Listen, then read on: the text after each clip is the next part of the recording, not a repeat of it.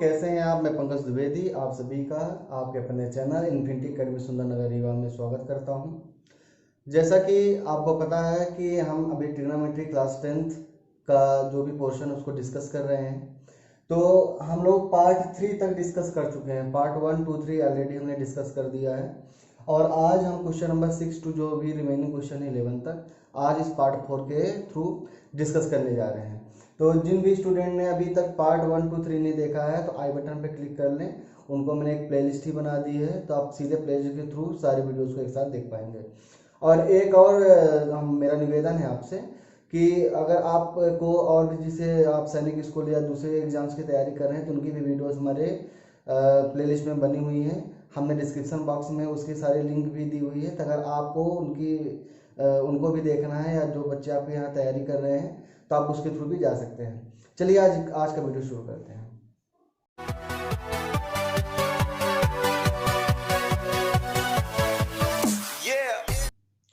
चलिए स्टूडेंट, ये question number 6 है। क्वेश्चन नंबर 5 तक हमने डिस्कस कर लिया था।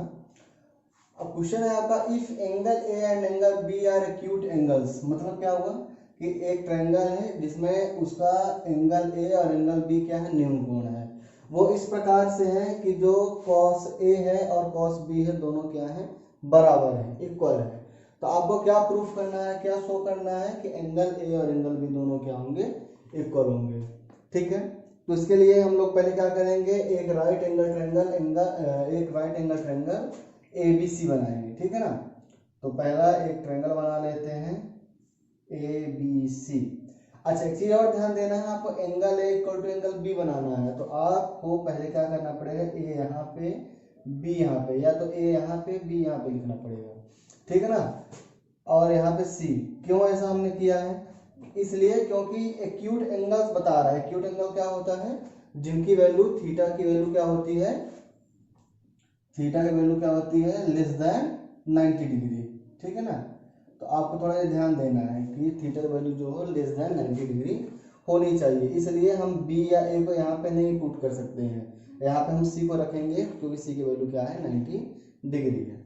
अच्छा, अब आपको गिवन क्या है, गिवन क्या है आपको, cos A equals cos B। ठीक है ना। अच्छा, अगर हम cos A की वैल्यू निकालेंगे तो cos क्या होता है, बेस अपॉन हाइपोटेनस। ठीक है ना, तो बेस क्या है cos A के लिए, बेस क्या होगा, AC। हाइपोटेनस तो AB दोनों के लिए होगा। अगर आप एंगल B ले रहे हैं, अगर ये वाला आप ले रहे हैं तो फिर आपके लिए बेस, मैंने बताया था ना कि अगर थीटा के जो सामने रहता है उसको क्या बोलते हैं, परपेंडिकुलर बोलते हैं, मतलब लंब बोलते हैं।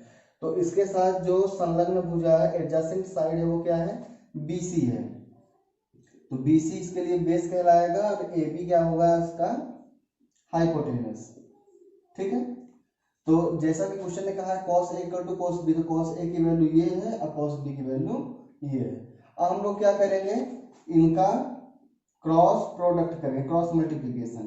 तो AC into AB equals BC into AB।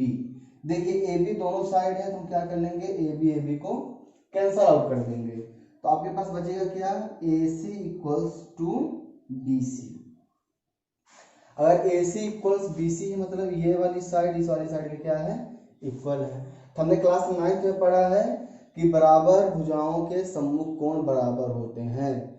मतलब angle opposite to equal opposite sides in a triangle are equal. हमने ये वो पढ़ा हुआ है, थ्योरम पढ़ा हुआ है।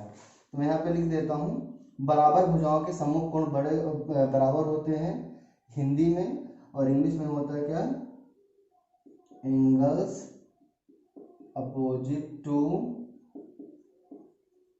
Equal opposite sides are equal in a.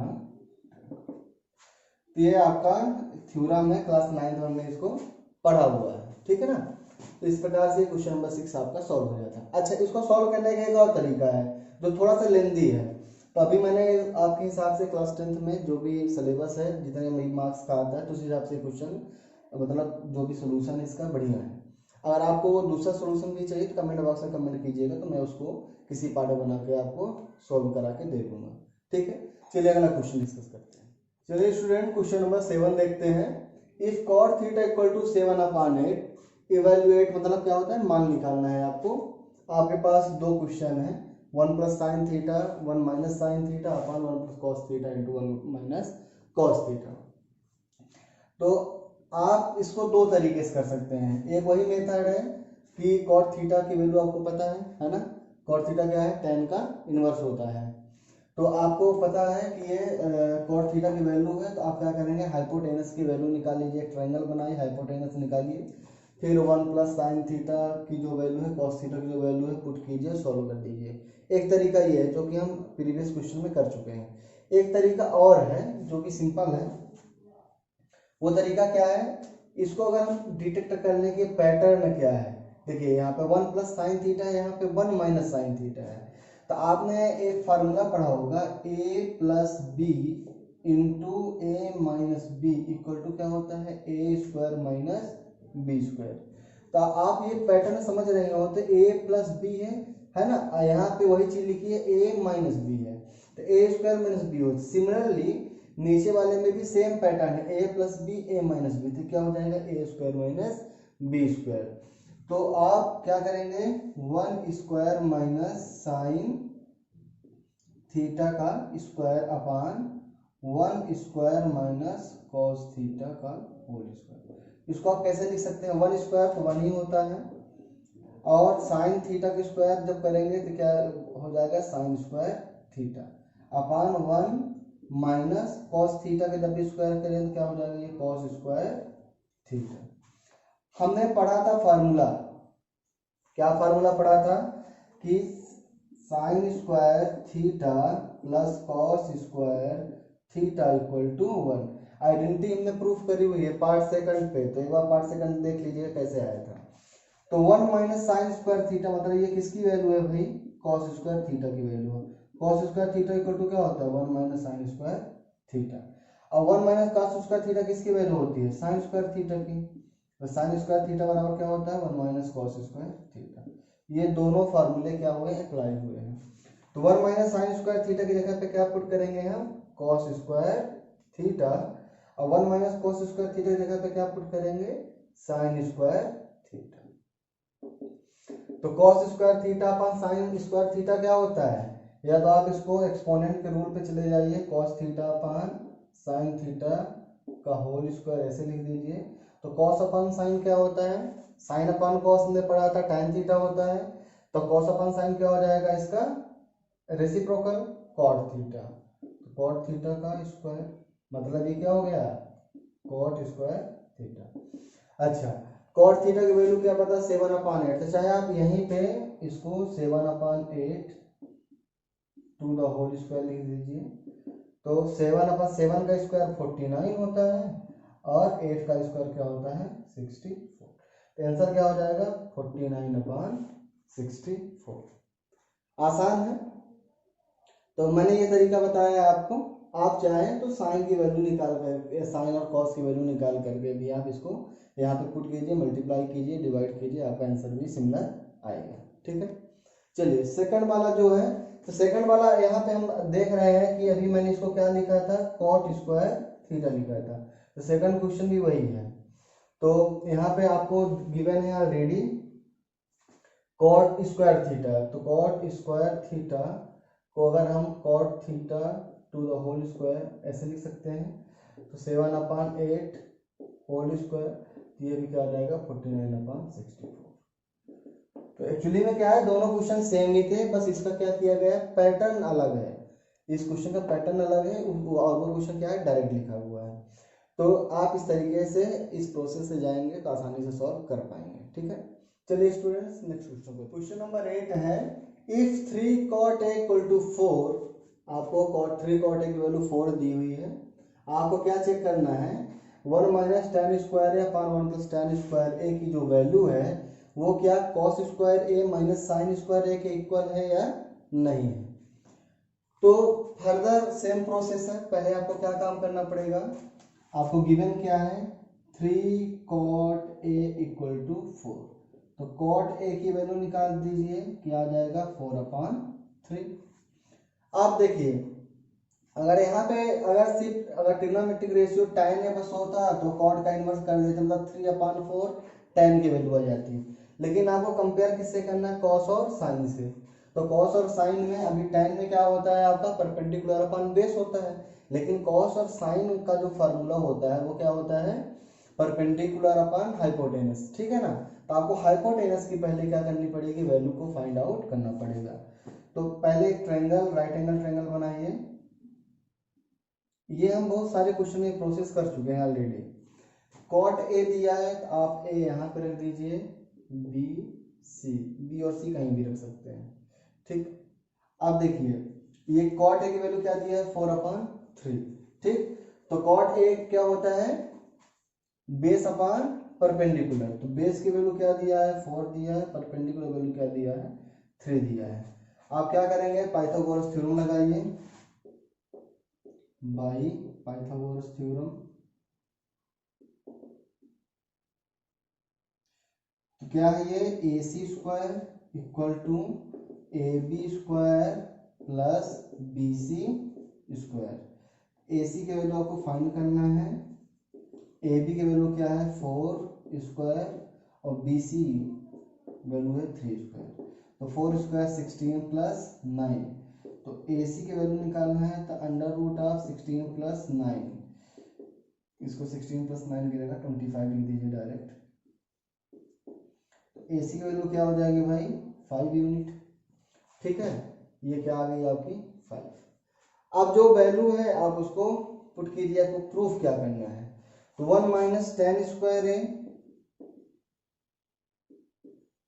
Upon 1 plus tan square है, इसकी वैल्यू क्या होगी पहले निकाल लेते हैं। तो 1 माइनस, इसको मैं पहले एक एक्सपोनेंट फॉर्म का यूज कर देता हूँ ताकि आपको समझ में आए कैसे कैसे मैं लिख रहा हूँ, tan स्क्वायर। अब 1 माइनस tan की वैल्यू क्या होती है भाई, परपेंडिकुलर अपॉन बेस। तो परपेंडिकुलर क्या है 3, अब बेस क्या है 4, whole upon 1 plus 3/4 whole square. इसको सॉल्व कीजिए, 1 माइनस 9/16 अपॉन 1 प्लस 9/16। अब इसको क्या करेंगे, एलसीएम लीजिएगा, 16 माइनस 9/16 होल अपॉन 16 प्लस 9/16, ठीक है। 16 में 9 जाएगा, सब्ट्रैक्ट कीजिए, 7 बचेगा अपॉन 16 होल अपॉन 25/16। दोनों का डिनोमिनेटर सेम है, ये क्या आ जाएगा 7/25। ये किसकी वैल्यू हो गई, 1 माइनस tan स्क्वायर है अपॉन 1 प्लस tan स्क्वायर है की। अब हमको किसकी वैल्यू निकालनी है, cos square a minus sine square है की। अगर इसकी भी वैल्यू 7/25 आ जाएगी तो हम क्या कह सकते हैं कि दोनों क्या है एक दूसरे के इक्वल है, अदरवाइज ये इक्वल नहीं होंगे। तो cos की वैल्यू क्या होती है, बेस अपॉन हाइपोटेनस। तो बेस क्या है 4, इसको भी एक बार मैं इस तरीके से लिख देता हूं ताकि आपको आसानी हो समझने में, ठीक है। तो बेस अपॉन हाइपोटेनस, तो 4/5 होल स्क्वायर माइनस साइन क्या होता है, परपेंडिकुलर अपॉन हाइपोटेनस। परपेंडिकुलर क्या है 3 है अपॉन 5, 16/25 माइनस 9/25।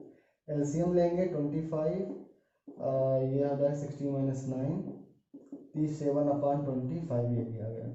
मतलब दोनों का रिजल्ट क्या है भाई, इक्वल है। 7/25 ये भी है, 7/25 ये भी है। तो हम क्या कह सकते हैं कि ये 1 minus tan square A upon 1 plus tan square equal to cos square A minus sine square A होगा, है ना। That this is the valid answer. चलिए नेक्स्ट क्वेश्चन को डिस्कस करते हैं। क्वेश्चन नंबर 9 है, in triangle A B C right angle at B. मतलब triangle A B C में जो आपका राइट एंगल है 90 डिग्री है या समकोण है वो कहाँ पे है, बी पर है। तो पहले हम क्या कर लेंगे, एक ट्रायंगल एबीसी बना लेते हैं, ठीक है। अब ट्रायंगल एबीसी में क्या बोला गया है कि बी पे क्या है, राइट एंगल है। आप यहाँ पे ए लिख लीजिए, सी यहाँ पे लिख लीजिए, ठीक है। अब क्या बोला जा रहा है कि tan ए की वैल्यू क्या है 1/√3। तो हमको गिवन क्या है भाई, tan a equal to 1/√3। tan a के बारे में हमने क्या पढ़ा है, क्या फार्मूला पढ़ा है tan a का। tan क्या होता है, परपेंडिकुलर अपॉन बेस। तो परपेंडिकुलर क्या है, 1 है ना। अब बेस क्या है, √3 है। तो हमको क्या करना पड़ेगा, AC की वैल्यू पहले फाइंड करना पड़ेगा। फिर से वही अप्रोच, आपको क्या करना है, पाइथागोरस थ्योरम लगाना है। तो पाइथागोरस थ्योरम हमने क्या पढ़ा है, AC² equal to AB² plus BC², है ना। कर्ण का स्क्वायर इक्वल टू क्या होता है, लंब का स्क्वायर धन आधार का स्क्वायर। तो AC² इक्वल टू AB का स्क्वायर √3² प्लस BC² 1²। √3 का स्क्वायर करेंगे तो 3 आ जाएगा, प्लस 1 का स्क्वायर करेंगे तो 1 आ जाएगा। ये हो गया क्या, 4। तो AC इक्वल टू √4, AC की वैल्यू क्या आ जाएगी, 2। AC की वैल्यू हमको क्या मिल गई, 2। हमको देखिए यहाँ पे क्वेश्चन दिया है sin a cos c plus cos a sin c। आसान है, बस थीटा की वैल्यू चेंज हो रही है। तो थीटा की वैल्यू चेंज होने के लिए पहले अपन क्या कर लेंगे कि थोड़ा इसको सिंप्लीफाइड करके लिख लेते हैं। साइन ए की वैल्यू क्या होती है, अगर साइन ए यहाँ पे, साइन की वैल्यू क्या होती है, परपेंडिकुलर अपॉन हाइपोटेनस। तो ए के लिए परपेंडिकुलर ये है, हाइपोटेनस क्या है, 2 है, ठीक है। कॉस सी, कॉस सी मतलब इस वाले थीटा की बात हो रही है, ठीक है। तो सी के लिए हमारा परपेंडिकुलर क्या होगा, √3 होगा, बेस क्या होगा, 1 होगा, ठीक है ना। तो इस चीज को थोड़ा ध्यान दीजिएगा आप। तो ये क्या होता है, आधार बटे कर्ण, मतलब base upon hypotenuse.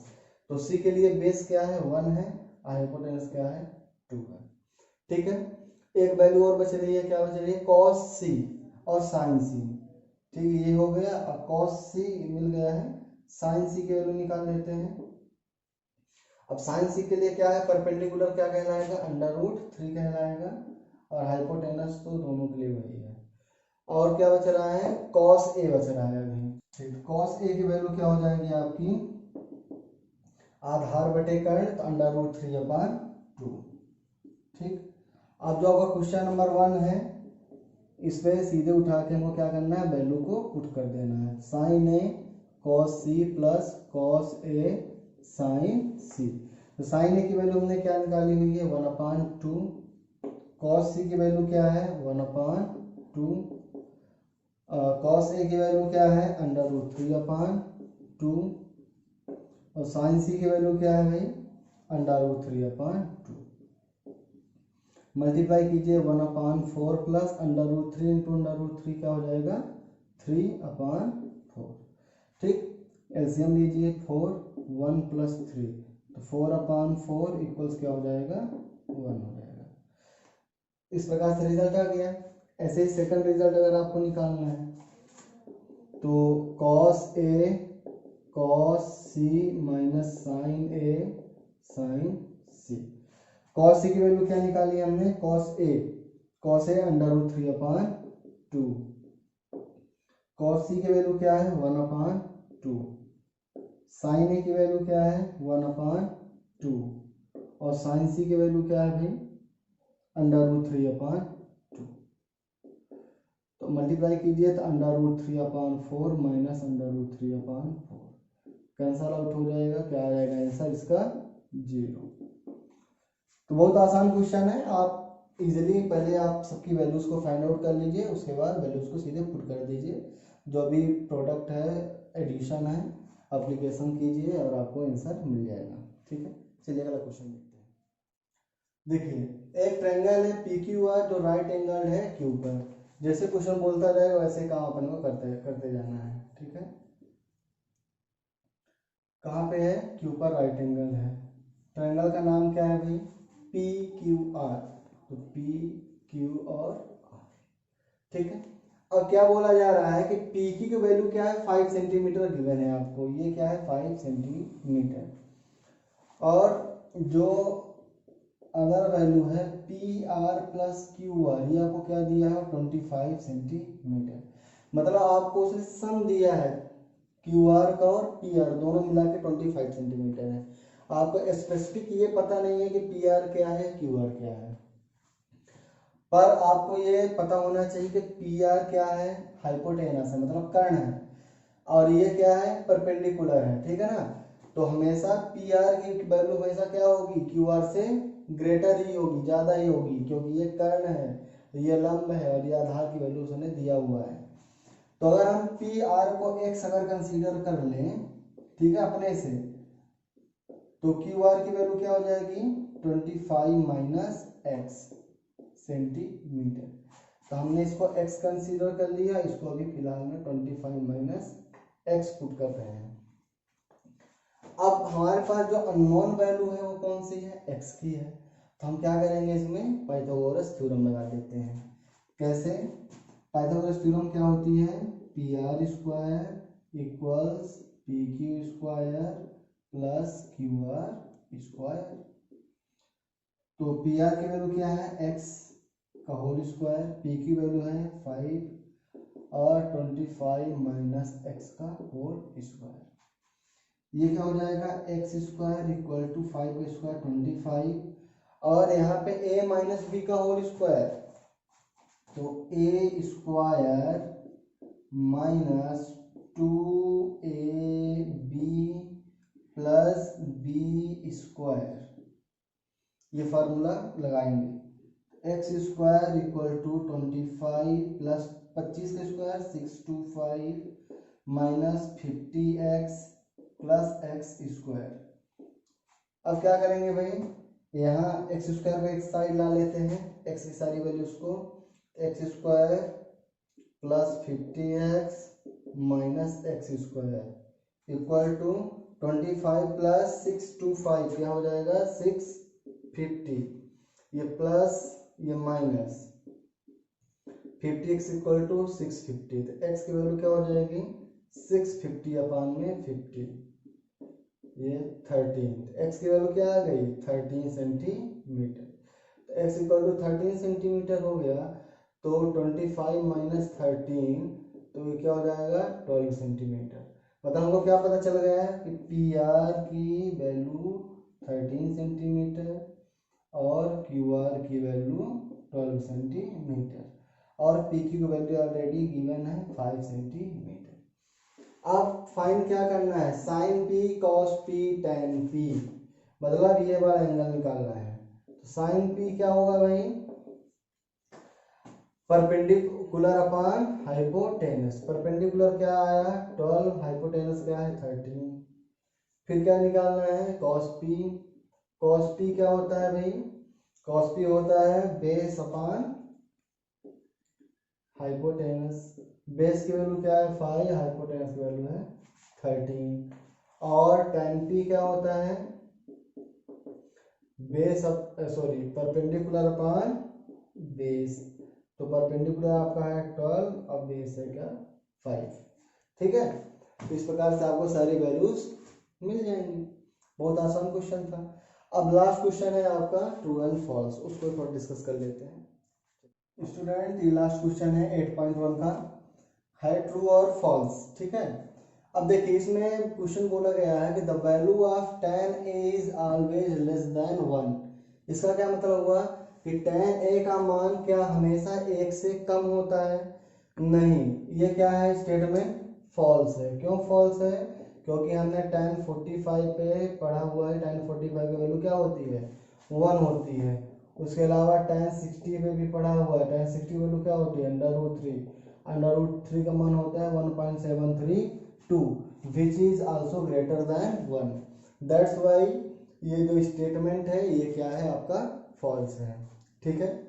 Second statement है sec equal to 12/5 for some value of angle A, sec की वैल्यू 12/5 क्या किसी एंगल ए के लिए पॉसिबल है, बिल्कुल पॉसिबल है।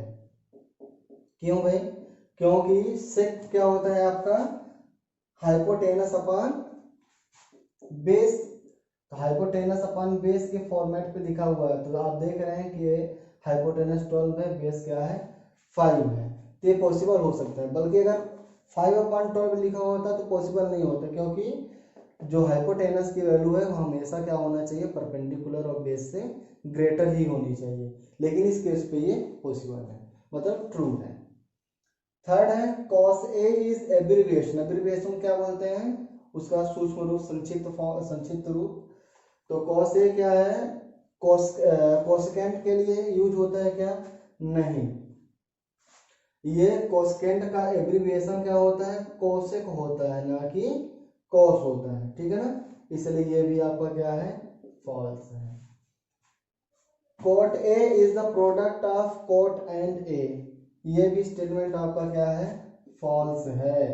क्यों, क्योंकि जब हम कोट ए की बात करते हैं तो कोट ए क्या होता है, cot A is the trigonometric ratio of angle ए, ठीक है ना, प्रोडक्ट नहीं है ये क्या है, एंगल ए का एक त्रिकोणमितीय अनुपात है, ठीक है, इसलिए ये स्टेटमेंट भी फॉल्स है, प्रोडक्ट नहीं होता है।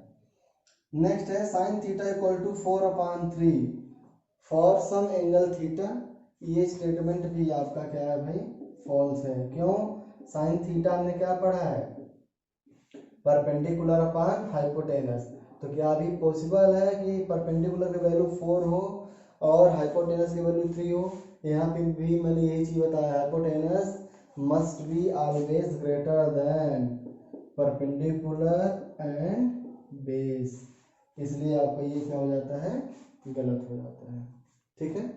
तो इस प्रकार से आपका चैप्टर 8.1 समाप्त हो जाता है। अब नेक्स्ट वीडियो जो पार्ट 5 से आएंगी वो 8.2 की आने वाली है। तो स्टूडेंट इस पार्ट को जो पार्ट 1, 2, 3, 4 है आप उनको अच्छे से रिवाइज कर लीजिएगा, क्योंकि अभी आगे संघर्ष बहुत है। इस टॉपिक को अच्छे से क्लियर कीजिए, जो भी समस्याएं आपको आ रही हो कमेंट सेक्शन में आप कमेंट कीजिए, ठीक है। चैनल को आप सब्सक्राइब कीजिए, वीडियोस को हमारे लाइक कीजिए और ज़्यादा से ज़्यादा लोगों को शेयर कीजिए। जहाँ भी कोई दिक्कत समस्या आपको समझ में आ रही हो कमेंट बॉक्स में कमेंट करके आप हमको बता सकते हैं, ठीक है। तो ठीक है स्टूडेंट्स, अच्छे से लॉकडाउन का फ़ायदा उठाइए, घर पे रहिए और आराम से पढ़ाई कीजिए। बाकी जो समस्याएं हैं आप हमसे कनेक्टेड रहिए, ज़्यादा से ज़्यादा लोगों को चीज़ें हमारे चैनल के बारे में बताइए, शेयर कीजिए। क्यों हम क्लास 10 का है ना क्रैश कोर्स चला रहे हैं, तो उनसे उनको भी फ़ायदा मिलेगा, आपके दोस्तों को भी फ़ायदा मिलेगा। चलिए students, have a good day, Vande Mataram.